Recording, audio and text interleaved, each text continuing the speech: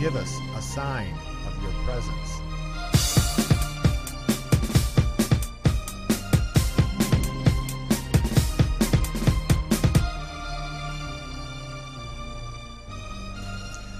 And welcome to Let's Talk Ghosts. I'm your host, Steve. I'm Dan. And I'm Will.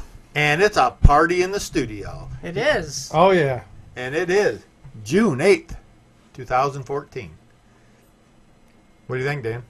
It's definitely a Very party. festive. It's festive in here. It is very festive in here. See now, unless you go to YouTube and look at our videos, you won't know what we're talking about. So you need to go to YouTube. Yeah, and I actually need to start putting some of our videos on YouTube. Yeah, that would help. I mean, that they could actually see the shows. Yeah. Somebody gets a little lazy. Yeah, I do. So what have you been up to, Dan, other than not putting shows on YouTube for us? Not a whole lot. Just kind of hanging out. Yeah. Yeah. We went out riding our motorcycles. A couple times. Yep, we had fun. Yeah. I'm getting a little better and better. Yeah, at least you think you are. Yeah, at least I think I am. I haven't wrecked yet. No, you have not wrecked I it. have not tipped it over, and I have not run into anybody yet. That's always good. That's definitely a good sign, Yeah, usually. because it's not good to run into things. No. I might become a ghost that you could get EVPs from then. Yeah. Now, Will, Yes, you are back. I am. Now, tell me about the Hillbillies. They're pretty nice, actually. Oh, they were? Yeah. Okay. So none of them tried to, like, make you marry their sister with a shotgun or, Nope. or anything like that? No, it was all pretty cool. All right, that's cool. Now, did you get to wrestle any bears? I did not. My brother actually did see a bear. Okay. I didn't. There's a natural spring about a half mile down the road. Now, you said you were doing a little trapping. I did. I trapped 4 mice. Oh, cool. Yeah. And you had them skinned, and you're having the hides tanned, and Taxidermied. yes, you're gonna. Oh, what was that? I don't know. I think maybe I touched a wire or something. Holy cow, that was loud. Yeah. It's almost like something exploded in my head. Yeah. That's not good. No, it's not good. But anyways, You don't want things exploding in your head. That's usually a bad thing. yeah, that's definitely not a good thing. We are. Oh, I'm moving around here. We are gonna go old school tonight. We are kind of freestyling. We do not have an interview, and I did that intentionally because I knew Will was coming back. I decided to do a show about ghost hunting. We're going to talk about ghost hunting once again. The right way, the wrong way, how to do it. And this is for some of our newer listeners, people that are just starting out. You may agree, may not agree with us, how we do things. But what we do is we try to take the sensible path and what we think is probably the most sensible way to perform a paranormal investigation. Yeah, we're here to help you. Right. Now, what we say is not gospel. You can try. Yes, it is. Don't lie. That's true. It is gospel. Some of the things we say are gospel because if you do it any, well, you'll see what I'm talking about. I guess what it comes right down to is in order to be a paranormal investigator, you have to have a place to investigate. Yeah. That helps sometimes. That kind of helps. I mean, now you do have choices as a young group just starting out. You've never been on an investigation. You can start out by, and this is what I would recommend, is I recommend going to some public haunts, places that are free. Maybe a cemetery during the day because you can't go in there at night in most states without permission. You can, there's always, every town has a haunted bridge or a haunted highway somewhere. Do the stuff that's not going to cost you a lot of money. Get to. Well, with the bridges and highways, you want to be careful though. Yeah, you don't get run over. Yeah. But there are places. Every town has haunted areas that you can investigate for free. If it's on private property, you just have to get permission. Yeah. Very simple. I was listening back to the show that I was not at a Right. couple weeks ago, and you guys were talking about starting out investigating, and I can't remember who mentioned it, but they said even if you just sit at your own house and just grab your recorder Right. and start investigating. You never know. You never know. Yeah, I mean, your own house. Yeah. A house doesn't have to be 200 years old to be haunted. No. You can have a house that was built last year and it can be haunted. It could be the land it could be attached to the land it's built on. Yeah. Well, also, like, at your own house is a good place to, like, kind of hone your skills a little bit, like Right. setting up your equipment. Learning And your equipment. even if you don't review your evidence or whatever, just set up, get everything running, you know, and Right. you can kind of, like, practice investigating at your house, even if you don't intend to really go over all the evidence and Right. stuff, just so that when you actually get to a real investigation, you're not tripping over each other trying to set up Right. the equipment Yeah, and whatnot. you know, I remember when we first got our DVR system, the first investigation I did, and I only had once set it up in my house before. Yeah. It took me like over an hour to set the DVR system up. Right. And now I can do it in 20 minutes. Yeah, those are a lot of bugs you can work out just Yeah. doing it at your house. Practice, And, practice, practice. And basically, that's the first thing we want to tell people is you need to know your equipment. Yeah. You need to understand how it works, how to set it up, just how to make it work. Yeah. Now, of course, I say that, and I'm probably the worst one because I'm technically challenged. Well, and even when you know, Well, usually Dan knows Yeah. what he's doing. usually, Usually bails me out. but I mean, even when you know your equipment, you're still you can still have things go wrong. Oh, absolutely. You just need to know how to straighten it out. Yeah, Understand your equipment, whether it's a voice recorder, a DVR system, which some of these DVR systems can be pretty complicated. Yeah. I don't know about the new ones, but we have an older one, right. and it's a little tricky to set up. But it's definitely not very user friendly. No, the manual for it is about an inch thick, so if that tells you anything. I'm assuming some of the newer ones might be a little more user friendly. Probably. I don't know. I have never used a newer one. Usually, as equipment, you know, as things advance, they actually get more user friendly. Right. Yeah. Because I mean, think about like our first computer, the IBM PC Junior. Like that thing Right. had like, if you stacked up all the manuals that came with that They're thing, 4 feet tall. yeah, 4 or 5 feet tall of manuals. Yeah, that was my amazing. my newest laptop that I just got like this year You're right. didn't have any. It had like a little page on How to turn it on. how to turn it on. Now, there are exceptions to the rules. This stuff becomes easier as it gets advanced. Windows 8 is the exception to that rule. Yeah. Well, I'm just not operating systems, but actual All right. equipment, like, you know, like computers in general. Yeah. You know, like our PC Junior was all DOS. You didn't know all the prompts. I hope- and now you just point and click I at hope. things. Now, this is going to be very evil of me, but whoever invented Windows 8, I Yeah. hope they burn in hell. And they get tortured every day with pitchforks in the bum. Pitchforks in the bum. I hate Windows 8. There, I said it. I don't like it. I don't either. It's not You know, I'm becoming more familiar with it, but it's still because a they're pain. forcing us to, but Yeah. it's a tough system to learn. It doesn't work the same as Windows 7. It does a lot of things differently. I don't know. It's trying to learn how to use a computer all over again. Yeah. I adapted to it pretty quick, but Yeah, but us old people, I'm old. I don't adapt. You know, I just Yeah. don't adapt. But anyway, let's get back to Ghost Hunting. Yeah. I don't want to. I don't Okay, talk about so computers. you're a young group, and you get your first investigation. Somebody says, "Yep, my house is haunted. I want you to come over and investigate it." Yeah. What do? You just run in there with cameras and recorders Well, running. first of all, everybody in your group should smoke some pot and drink at least a 6-pack of beer each before you go over. And hallucinogenics don't hurt either. Yeah, that works. That helps. A little bit of LSD or some mushrooms. Right. Yeah. I mean, and I'm serious. I mean, this really helps the ghost hunting. Yeah. What do you think, Will?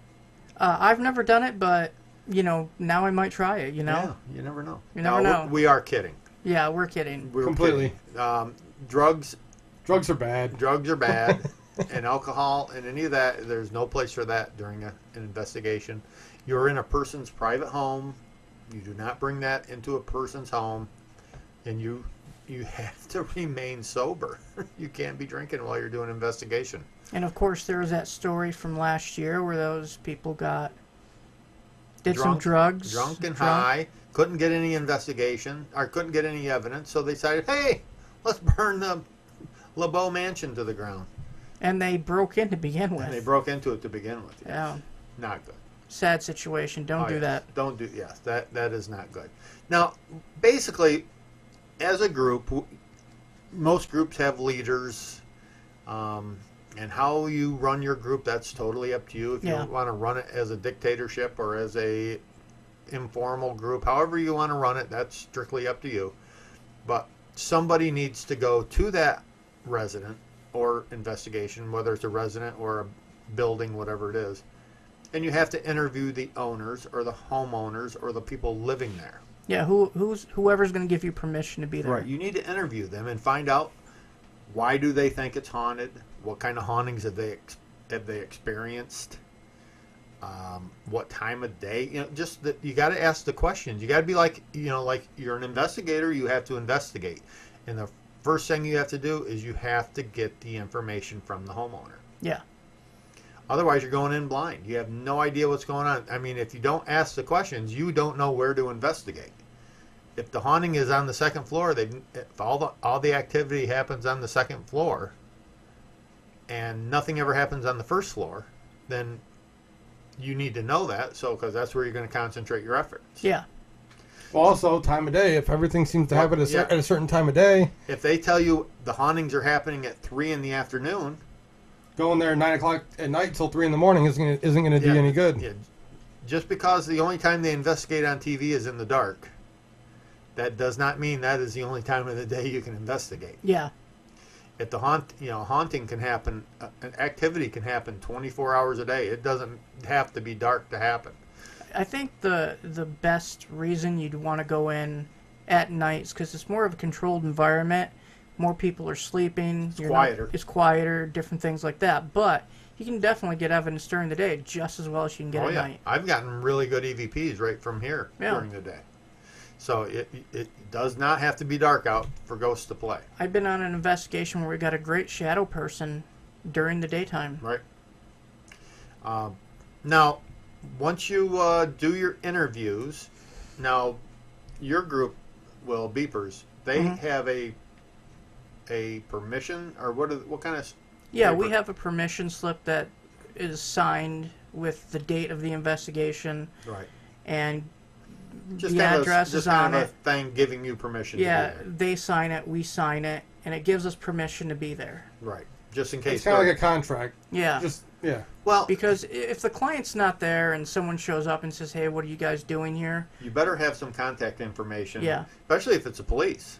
We can say we have permission to be here. There's You can people. show them that, and you better have a phone number or some way to be able to get a hold of this person. Yeah. Because if the police show up and you're in somebody's house and it's 2 in the morning running around with flashlights, and you say, "Oh, we're ghost hunting," and the cop goes, "Yeah, right. I want to talk to the homeowner." You better have a way. Better be able to get a hold of them. Most of the time, the They- homeowner's probably going to be there with you or the Right. client. Most of the time, but occasionally they're not. Occasionally, they're not. So you just got to always keep that in mind. If you're running around a building in the middle of the night with flashlights, you may attract police. Yeah. It can happen. So, anyways, once you've established your contact with the homeowner, you've gotten the pertinent information on the investigation. Mm-hmm. What do you do next?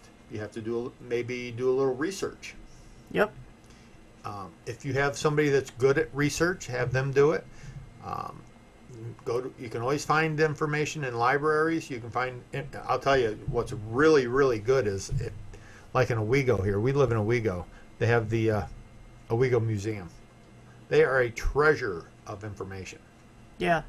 Anything you want to know about everything is in that museum. They just have files of everything, of every person that's ever lived here. You know, they have records of every cemetery, and even ones that you don't even know they exist. They have records of them. Yeah. So it's great. It's a great place. If the town you're in has a little museum, they're great places to go to. Yeah. Contact the local historian too. Right, local historians. Well, they're usually associated a lot of times with Yeah. the museums. With museums, libraries. Right. So so find out if there's a reason why this house may be haunted or building. Maybe there is, possibly there could have been a murder there, or maybe it's on top of an old Indian village, or Yeah, there's You been just plenty don't of know. times we've done research and gone back to the client and said, "This is what we found," and the client's like, "Wow, I didn't know that, all right. and I thought I knew everything," and we're like, "Nope." Yep. Do your research. Try and do some research and see what you find. Yeah. And but then now when you do the investigation, you really want to go in with as an open mind as you possibly can. Even though you might know some of the information, you still got to go in with a very open, neutral mind about what you're doing. Yeah. You can't go in there with the thought that, yes, this place is haunted and we're going to find a ghost, and it may not be haunted. Yeah. The place may, you might find, as you're doing your investigations, you might find the knocking they were hearing in the wall was nothing more than a hot water pipe banging every time the heater. And the furnace buildings kicked do in. make noises. Buildings make awful noises. Yeah. They make all kinds of weird noises. Or the sounds in the attic could be squirrels nesting. Squirrels, pigeons, Yep. Bats. anything. I mean, little animals make noises. Especially at night. Funny story. He hasn't been back, but here in the LTG studio, I think it was last year. I think I had a chipmunk or something living in the attic. Yeah, I remember that. And Yeah. you'd be in here and you could hear him running around up there. And you could tell it wasn't just a mouse, because it was heavy enough that you could tell it had some size to it. Yeah. At first I thought maybe it was a big rat or a squirrel or something, but then I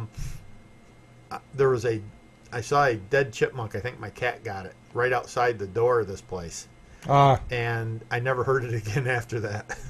So I think it was a chipmunk. Could be. My kitty got it. Yep. Oh, well. So it wasn't a ghost? No. It was either Chip or Dale. Yeah. God rest their souls. Now,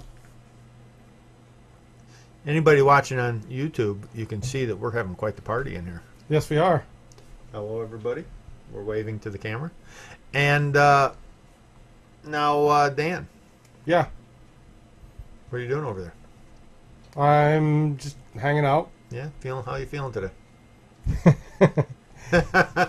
Could be better. Yeah, why? Why is that?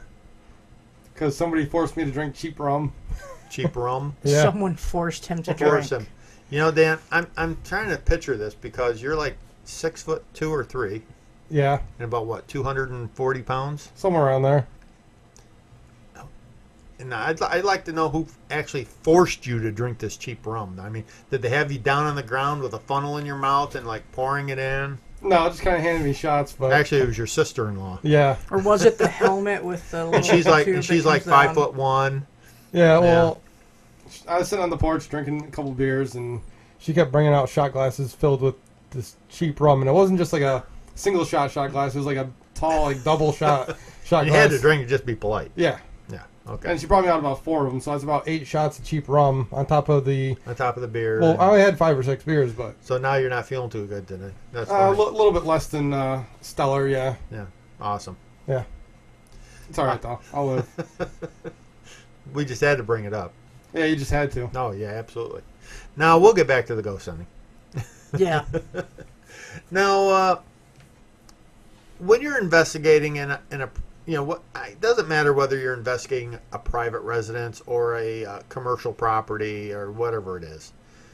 You pretty much still do everything. You try and do things the same like you're going to try and get EVPs. Yeah. Somebody in your group is going to be snapping a lot of stills. Yep. And it's best, I find that it's best to designate a person as a still camera person. And just say, look, because a lot of these new digital cameras, you can take a boatload of pictures. Yeah. I mean, my little cheap Kodak camera that I carry in my pocket with me, I think it'll hold, I think I can take almost like 900 pictures with that thing. Well, it all depends on the size of your SD card. Right, like mine will hold like 900 and some And odd pictures. Even like a 2 gig can hold hundreds of pictures. Yeah. Mine's a 4. Well, I think that mine's either 2 or 4 gig. Well, it also depends on what resolution you're shooting Right. at. I'm shooting at the highest. I always shoot at the highest resolution, but it'll still shoot like 900 pictures. Yeah. And so just give a camera to somebody and just say, look, just take pictures randomly. Just keep shooting pictures. Yeah, we got lucky because we happen to have a professional photographer right in our group. Right. And he takes that's probably what he does. Just keep shooting pictures all night. Yeah. And I mean, he does other stuff, but he's Right. definitely a picture Well, guy. yeah, I mean, the person shooting the pictures can do other things, but I mean, somebody should be designated as that, because it's, I guess everybody should carry a little digital camera on them. It's not a big deal. You stick it in your pocket, and if you're off by yourself somewhere, you can pull it out and snap some pictures with it. I mean, that doesn't hurt. People can do that. You can multitask. But it's nice to have somebody just taking a lot of pictures. Well, it helps document everything you're doing, Right. camera placement, whatever. If you have somebody taking pictures of like every inch of the investigation that you're doing, you have something to go back to. Like a good example is a picture you have that's on our website of the shadow figure. Yeah. That was just somebody in your group was just taking pictures. Correct? Yep. They were just snapping pictures. Yep. And they got an orb. And Well, a quote unquote orb. well, right, but they showed it to you, and you said, "I don't care about the orb. What's that standing behind it?" Yeah. And you look beyond the orb, and there was a shadow figure standing there that shouldn't have been. There was a figure standing there. Yeah. That shouldn't have been there, and that you couldn't see. Yeah, and the first thing we did was try to debunk it. We were like, well, where was everyone? And we Right. were able to account for everyone at the time that it was Right. taken. So, it's nice to have somebody just walking around taking lots of pictures. Yeah. That's always a good thing. You can never have too many pictures. And I recommend to any group go in and get pictures of every room with the lights on or during the day. That's true. And Because my idea, I know what you're going to say. yeah, because that way when you see something, when you take a picture and you're like, what is that in the picture? You can go and reference with the pictures you took during the day Not and say, only oh, that was something hanging Not on the only wall. that, you can show that if something moved. Yeah. Yeah, take a lot of pictures prior to the investigation, and if say during the investigation you hear something move in a room, well, you go in there and say, well, I'm not sure what moved, but you take a bunch of pictures, and then you can compare those pictures to the earlier pictures, and you might be able to tell if maybe an ornament, something on the dresser might have moved or something if you don't have a camera on it. But it's a good way to find out if something actually moved. Yeah. A good idea, if you go to a investigation, the client says, this figurine or this coin here always keeps moving on me. Right. Take it, put it on top of a piece of paper and draw a circle around it, Right. and then come back to it later at night and see if it's been moved. Or what you can do is bring a few pounds of flour and just dump flour all over somebody's house. Yeah. You know what? I'm guilty. We did that once. Baby powder. With the baby powder, Yeah. and I said never again. It makes a mess. Yeah. It does. It's hard to clean up. It Yeah, was. don't really dump flour or baby powder all over somebody's house. I'm not saying don't use a baby powder treat, Yeah. but use it. I mean, there's ways to experiment with it. And Use it in there's an a- area that yeah. you know is going to be easy to clean up, like on a Linoleum. linoleum. Or, We did it in attic on a wood floor, and we had to Yeah. mop it afterwards. And I said, "That'll never again." Put it if you're going to put baby powder down. Do it on a floor that's going to clean easily. Yeah, Don't do it on a floor that has a lot of cracks and crevices because you'll never get it out. Or what might be a good idea is if you get like a big piece of poster board All right. and put it down only on the poster board. Right. That way you can kind of like pick it up and dump it outside. Right. I mean, it's not a bad technique. Yeah. I mean, Yeah. but it's something. it's an old It's investigating a very technique. old. That's one of the oldest techniques of Yeah. investigating is the baby powder. That goes back with the Talcum powder. bells and the Yep. Oh yeah.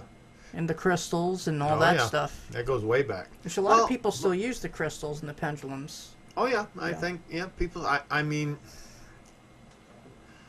now, if we'll go to that here a little bit. Now, when we talk about pendulums and we talk about the dowsing rods, I'm thinking that dowsing rods and pendulums could actually work, even though I'm more of a scientific person. The reason I say that is because if the theory is correct that a spirit can physically move an object, if they can physically move, and we don't know this for fact, but if the theory is that they can move, a few pounds of pressure, that they can make a door open or close, or they can. Well, if they can make a door open or close, they should be able to move a pair of dowsing rods Yeah, while you're holding them. I don't think they have anything to do with the person holding them. I think it's whether or not the spirit actually can make them move. yeah, So With that said, you should be able to take a set of. With that said, You should be able to take a set of dowsing rods and make a tripod for them and set them down on a table and level them. And a spirit should be able to move them without anybody physically touching them. I would love to see that done. well, that's what we were talking about doing, is building some kind of Right. mount for dowsing rods Right. that you're still able to hold them, but you cannot move them. Right. Because my only thoughts about dowsing rods. Now Deb does a really good job with dowsing rods. Mhm. I've watched her, but I think it goes back to the old idea of the planchette on a Ouija board. Yeah.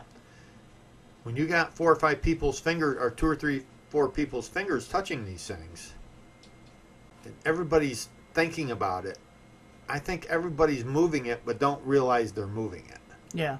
I think it can happen without you realizing it's actually happening. And it's possible that could even happen with dowsing rods. You're holding them, and maybe subconsciously you're moving your hands without thinking about it. I don't know. I've never held them. I've never tried them myself. You've played with them, right? Yeah. I actually have a pair. Now, have you myself. had any responses with them? I have. Now, do you feel like they're moving on their own, or do you feel like you could possibly subconsciously be doing it? You know, I feel like they're moving on their own. However, you never know. Because they move easy. Yeah. They do move easy. So, I don't know.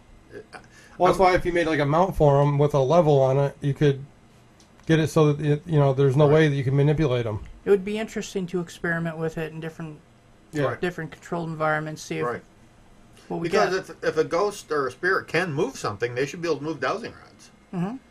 I would think. Yeah, and if you start getting those things moving around when they're mounted level, then you actually have some kind of paranormal activity going on. Right. Hey, Dan. Huh. It's about halfway. Sure. Why don't we go to a break, and we'll be back in a few minutes. Okay. What do we got? This week we have Baker with Indian River, and you can check them out on our featured artist page.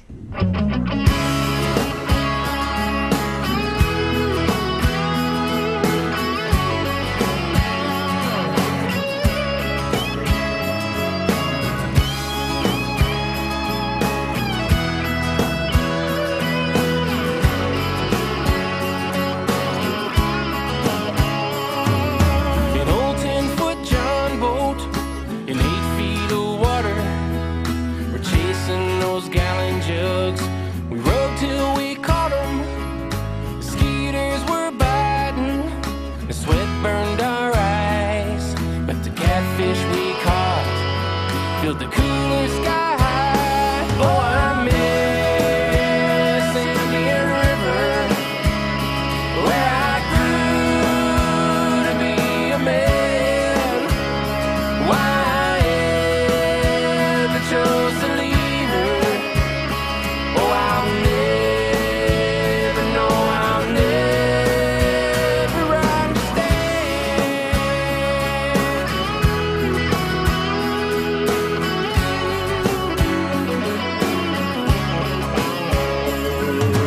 I had a girl there with fire in her eyes, and she swore to love me till the day that she died.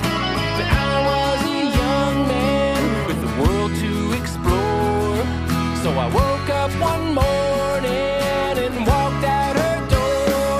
Now I miss Indian River, where I grew to be a man. Why I ever chose to leave her? Oh, I'll never know, I'll never understand.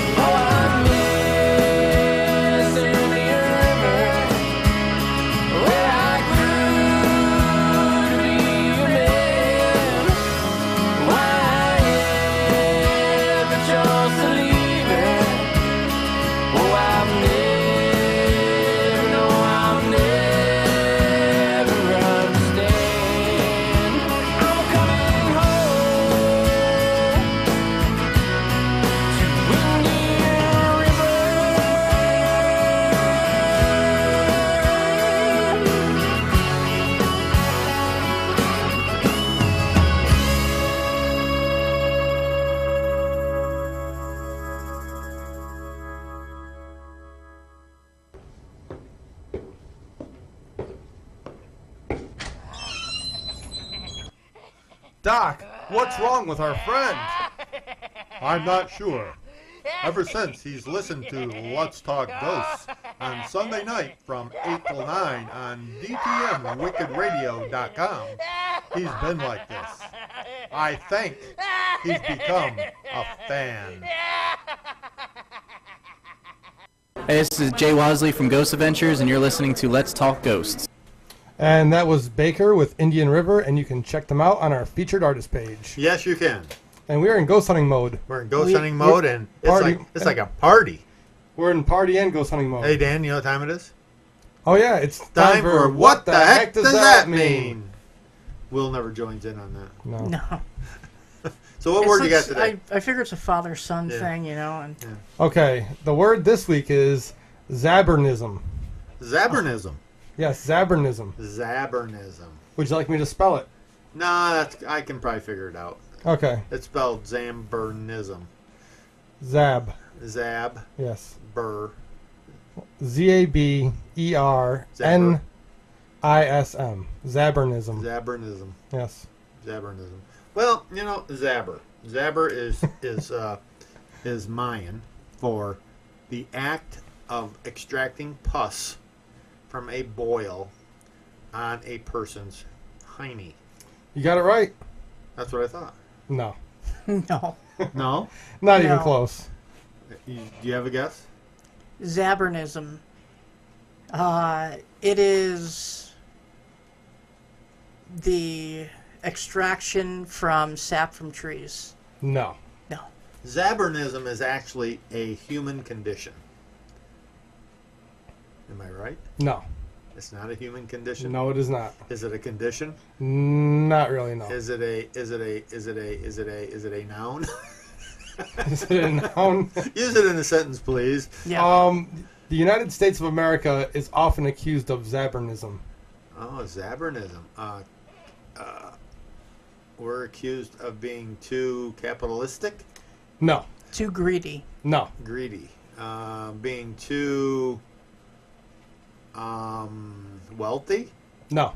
Zabernism. Well, United States is Not even getting close. We're accused of being this. United States is Overpopulated. No. overpowering, Getting close there. too big of a military. You're edging along it. You're getting there. Okay, we're accused of having too much. We're accused of being too militaristic, like too warlike, too controlling. Yeah, you're pretty much there. All right, go ahead. What's Okay. it mean? Yeah, Zabernism is the abuse of military power or authority or unjustified aggression. Yeah, that's pretty much us. Yeah. Well, we're accused of, abusing our military power and Hey, if you got it, yeah, flaunt it. exactly. Yeah. You know, if you got it, flaunt it, man. Well, we're mostly accused by the countries that don't have the military power, so they're kind of, yeah, because we usually kick their butts. yeah. So So that's what Zabernism is. good the to have yeah. it's good to have the most toys. Yes. So that's now our listeners all know what that is. Yeah. Yes. Zabernism. Yes. Awesome. Use it in your next term paper Yes. for school and Use it and abuse it. surprise your professors. Yeah, make them break out the dictionary. If you're in grade school, use it and really surprise your teachers. And they'll definitely have to break out the dictionaries. Yeah. Now, we have been talking about ghost hunting. We've gone back to the old school. We're talking about ghost hunting. Yeah. Actually talking about ghost hunting. And I was talking to you during the break. Yeah. I think it's extremely, extremely important. Was that before the orb hit you? That was before the orb hit me. I didn't Yeah. even feel it. Yeah. That was weird. It went flying through the air out of my hand. That was definitely a real orb. Yeah, it had to have been. It was emitting its own light. Yeah. But I think it's so important, not enough people do this. If you're going to be going into this field of ghost hunting, you have to learn the history. Oh, absolutely. You should know the history of ghost hunting. Yeah, I mean, read up on people like Hans Holzer and Charles Fort and... Even Houdini. Yeah. Houdini devoted a good part of his life debunking psychics. Yeah, you can learn so much. Psychics, mystics, Right? anybody that was trying to, pull one over on people. There's a lot of history in this field. Yeah, we were talking about how they faked ectoplasm. Right? with cotton and everything back Oh, in the day. they would do anything. Do you know? I mean, this is Even it goes back as far as Thomas Edison was trying to talk to ghosts. right. I was trying to remember the name of those people from England who did that series where they would fake that they did the table and everything. What were their names? Oh boy, I don't remember. You know who I'm talking about, though? They the ones that were in that dark basement? Yeah. The skull experiment. Yeah, the skull experiment. Yeah, I was trying to remember that. That was an interesting story. It made TV. I mean, they did a TV show about it. And I can't remember. Did they finally find out that it was faked, or? No, they've never admitted that any of it was fake. Okay, Right, well, they just stopped doing it. I apologize then, because I thought they did. No, they never admitted to faking anything, but they never allowed real scientists to really investigate. They wouldn't allow cameras to be used. And when cameras were allowed in there, it was like the aiming camera at the ground. was aiming at the ground. Yeah, when the flowers were ported in, the camera was only allowed to be aimed at the floor, so you could see them falling on the floor. It's just a lot of really hinky stuff. Yeah. They wouldn't allow like cameras to view the whole thing, what was going on. No, and that's just bad science. Absolutely bad science. If you got something being imported in, you try to capture it being imported in. You don't just take somebody's word for it. And that's the other thing in this field is I wish you could, but you cannot. You cannot take anybody's word for anything. It's a sad, sad world we live in, but it's true. Yeah. It's people like to exaggerate things. I mean, Well, people like attention. people like And attention. if they can show some amazing evidence, they're going to get attention. Okay, now this I'm gonna tell this to the young investigators out there, and take this to the bank. If you do this long enough, you are going to encounter bat crap crazy. And you have to be able to tell when you're dealing with someone who's nuts. And people who are nuts, they see all kinds of things. Yeah. So you really, and they may be seeing all kinds of stuff in their apartment and stuff. Then you find out they're really just freaking nuts. And you going in there and doing an investigation can actually do more harm than good. Yeah. So you really, really, really need to be able to trust your instincts. Yeah, trust your instincts. If you think this person you're talking to is just a nut job, walk away. We just turned down a case about a month and a half ago because we, thought the client, there was a medical issue involved. I'm not going into it, but we just didn't want to get involved with it, So we tried to point her in the right direction of someone who could help her. Right. Well, and also, if somebody has just passed in their family, a loved one, you may want to be careful with that too. If it just happened, because if you do get evidence or whatever, they may not be ready for it, and you could also cause more harm than good there. Oh yeah, when you get into this, be prepared not to just be a ghost hunter, but to have to take on an array of jobs. Oh, absolutely. A psychologist, a ghost hunter, you got to know equipment, attack, everything. Oh yeah, it's not just walking around in a dark room with a flashlight and a voice recorder. Yeah. There's a lot to it. You got to do your due diligence. I mean, you have to know this stuff. Yeah. You got to be able to recognize mental illness. We're not doctors. We're not psychiatrists, but you just got to trust. You don't want to try to treat people. You don't treat people, but you got to really trust your street smarts and your gut instinct that if you think somebody is just not quite there and it's just something is not quite right, back off. Yeah, try to point them in the right direction. Point them in the right direction if you can, or maybe they're already pointed in the right direction. But just be very careful of your clients. And there's other clients out there, and they're not necessarily going to be crazy, but they're not going to know exactly what they're dealing with, and they're scared. Absolutely. And something that's small, they may think is very, very big or scary to them. But in reality, it's not. Now, something you want to address a client is sometimes what their religious beliefs are. Mm-hmm. Nothing against Catholics, but Catholics tend to they tend to lean more towards demonic. Yeah. They tend to. Well, they're a little bit quicker to jump to the demonic. Well, it's because of what their beliefs Yeah. are and how they've been raised and how so things tend to be more demonic because in the Catholic religion, who exorcises the demons? A Catholic priest. Yeah. I think they're one of the. Does any other religion deal with demonic possessions like the Catholic religion? Baptist, maybe? I don't know. There's I mean, there's all you lots- ever hear about, primarily all you ever hear about any kind of demonic haunting is always dealt with the Catholic Church. Yeah, I'm not sure. Well, I mean, there's other religions worldwide that have a lot of demons and stuff. Right. But, They're not the only ones, Right. obviously. But you do tend that's the only thing you ever hear about. yeah. And I've got to say, very few investigations you're going to do is actually going to deal with demonic entities. No, it's very rare. Yeah, it's rare. Now, I guess I believe Jason Hawes and in his earlier days, I believe in his book he said they encountered a demonic haunting once, and they've done investigations hundreds and thousands of times, and they've only encountered it once or twice, I guess. No, I think we've only encountered a couple times that something was physically hurting the client. Right. Now, just because we found this out. Now, ghosts can be angry. Oh yeah, they can swear and cuss and be angry. They and, can be angry, and if they can move things, they might break something. Or we did on our website. If you listen to our EVPs, you can tell this guy was not happy.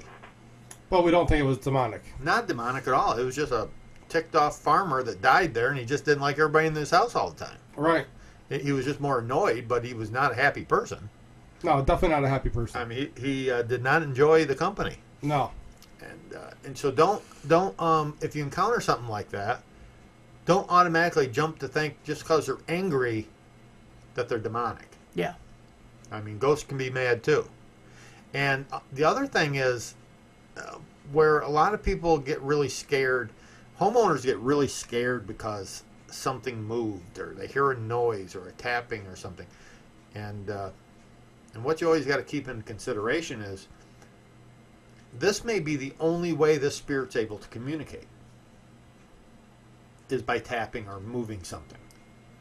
And so don't take that as something negative. Yeah.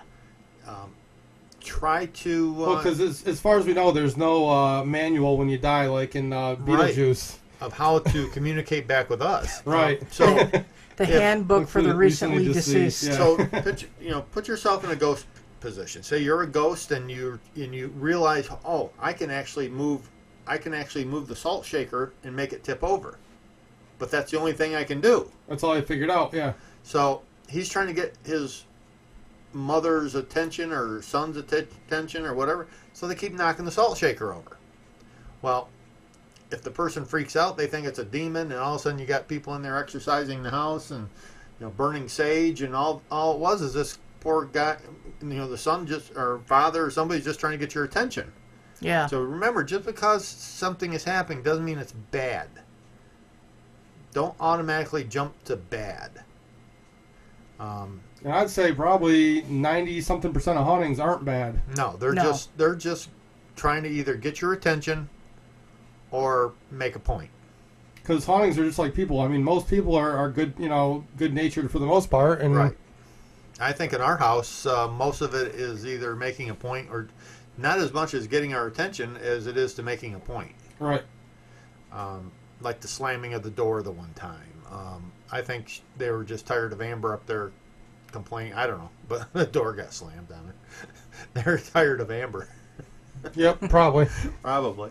But now, EVPs, electronic voice phenomenon, they happen probably more times than any other evidence. You will get EVPs. Absolutely. That is what the evidence you really want to research or you really want to listen to very carefully. EVPs is probably the most gathered evidence. Yeah. Of any paranormal More evidence. than every other kind combined. Yeah, combined times 10. Yeah. Because apparently they're talking in a different level that's below our hearing. Right. That's the theory. Is that And- well, EVPs tend to come in below the range of human hearing. And Our hearing range is a very narrow wavelength. our recorders are still recording it because it is a sound. Right. And somehow, through the magic of electronics, when you play it back, the sound becomes Audible. Audible. Right. So EVPs are probably you want to have some, you really want, instead of running out there and worrying about getting all these really fancy cameras and stuff. Except for thermal imaging cameras. No, that would be nice. Yeah. But Because on the shows like Destination Truth, whenever they did investigations, they got a lot of stuff Right. with their thermal imager. But, really invest your money in good recorders. You want good recorders. Well, and they really don't even have to be like... They don't have to be expensive recorders. Just get they can get a variety. Well, Get a- because what you have to do is do a little bit of research on recorders, and some of the more expensive ones may have filters on them that are going to filter out the ranges outside of the human hearing. Right. So that because if you're trying to record a lecture, if you go to college or something, you don't want all of the extra sounds. So they may, a more expensive recorder may include filters that you're not even aware of. You're using this on an investigation, and you will not get any EVPs because it's only picking up within the human hearing Right. range. Yeah. Now, we have a Tascam, which is a Tascam DR5. And I'm not even sure if that... Here, I'll turn the light on so they can see it. Can you hold it kind of up to the camera a little bit? Yep. Yeah. Get a little closer. Get a little closer. Yep, that's it. That's good. They can see it. Yeah. That is a Tascam DR5. Really nice recorder. They're about $80. 80, 90 bucks. $80, $90. They're a really, really good recorder. They have an SD card in them, a micro SD card. Mhm. They come with it, the micro SD card. They record really good sound. Really well. Very well. As a matter of fact, our interview with Couple- Jay Wasley, Was the one I was way too loud and on. the one I did with the one I did with Ben Hansen Yeah, was on that Tascam. Yeah. Probably still on there. Probably. Now, but you can also get an array of recorders. Get a cheaper Sony, get a cheaper Sanyo, whatever. Don't just buy 10 of the same recorders. Get an array of different recorders, because what we found, we have a Sanyo that seems to capture EVPs, where our Sony, I don't think I've ever gotten an EVP on the Sony. No, I don't think so either. I think I got one on that, but we're not 100% sure. It's Right. kind of up in the air. Yeah. But get an array of them. Get several different brands. Try different brands and stuff, because you might find that one certain brand might work better than another one. You never know. Well, try like I different things. was saying with the filters, you don't know what filters they're putting on, Right. Because they're all digital now, and they can have all kinds of filters and programming in there. Oh yeah, that- you want to have if it's got an option where you can turn all the filters off, you want the filters off. Yeah. right. You want everything to come in. And ghost hunting costs money. It costs yeah. money to do it. It- It doesn't well, have it- to be expensive. It can cost as much as you want to put into it. Yeah. It can cost you thousands of dollars, or it can cost you Because to be honest with you, you can go out and buy Couple hundred. a digital recorder for about $30. right. Flashlight for about $5. A flashlight for $5. You can a notepad and a pencil, and if you want to have you can buy a Kodak camera like mine for $50-$60 that Yep. takes some pictures. Basically, for about $100, you can. For $100 worth of stuff, you can ghost hunt. Yeah. People will always ask me, what should I start out with? And I always tell them, get yourself a digital voice recorder, a cheap camera. It doesn't have to be expensive, an EMF meter, and a flashlight. Yeah. And that's your basic equipment you can start out with, and you'll do just fine. Now, you did mention EMF meters. Mm-hmm. And I am one of these guys that I'm kind of on the fence with EMF meters. I have not had a single response with an EMF meter that I think it ever thought was paranormal. A lot of people claim they have, and I'm not going to dispute that. But your background as an My electrician, background, I'm an electrician. Yeah. So, as an electrician, there is EMFs everywhere. even if you don't think there's EMF, you could be standing out in the middle of a field and get EMFs because it could be radar from an airport 10 miles away. It could be, there's so many things that put out EMFs, and it puts out these signals that these meters will pick up. Mm-hmm. So you really, I'm not saying they don't work, and I'm not saying that ghosts don't somehow manipulate EMF fields. I don't know.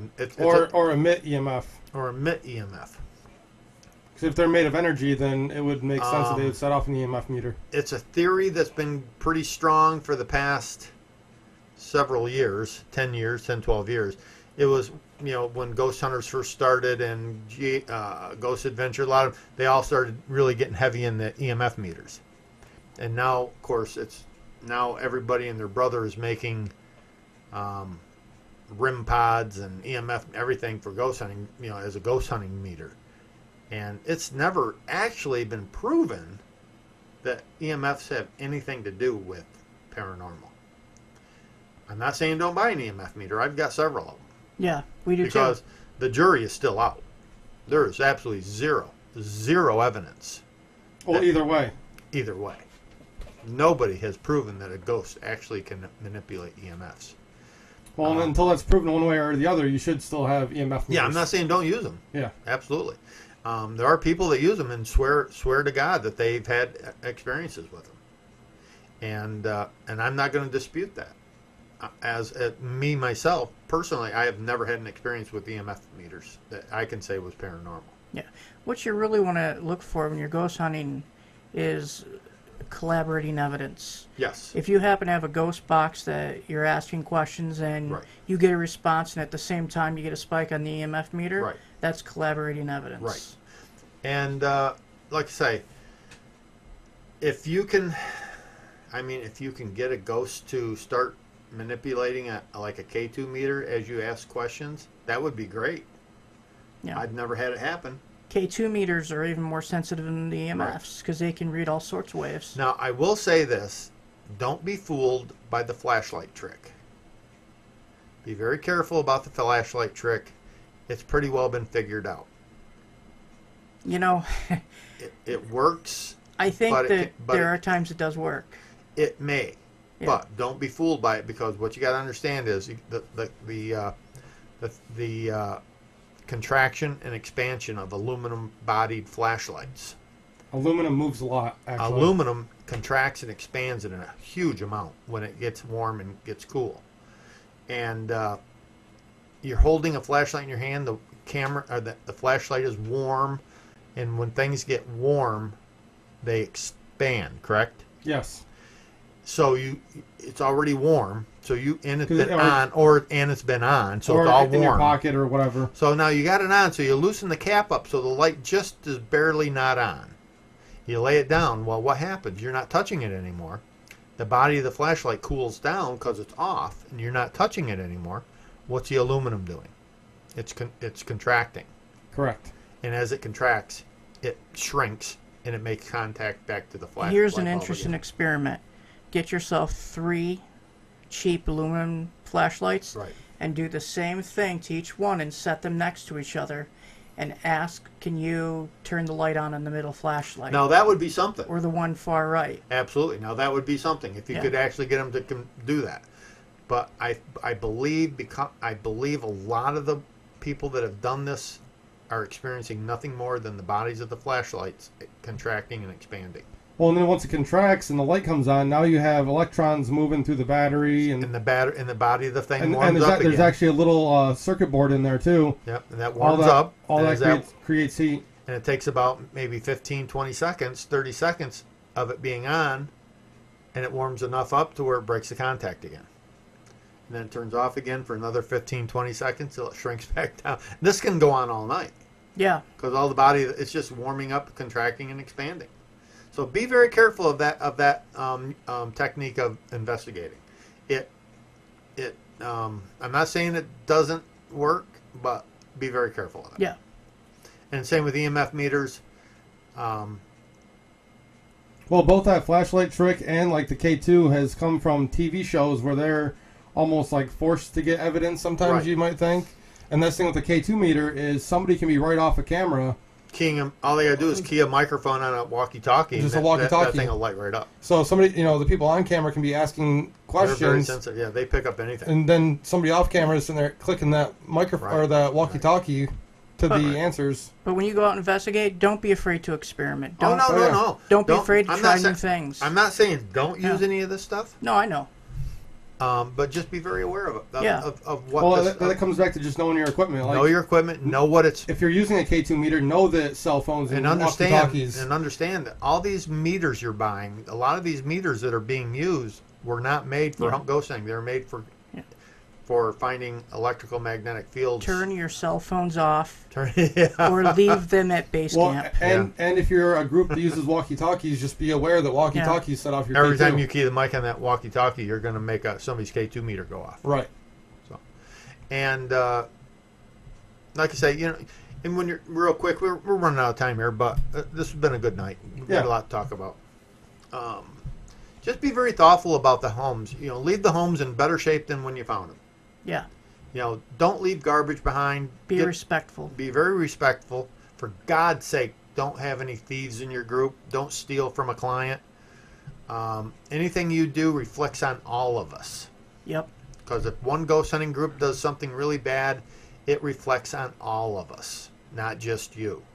It makes us all look bad. So don't steal, don't leave messes. You got to show a lot of respect to these clients. Leave the house, like I say, leave it in better shape than when you found it. Yeah. Make sure you get all your tape picked up. If you break something by accident, please tell the homeowner. Don't try and hide it. Take the responsibility.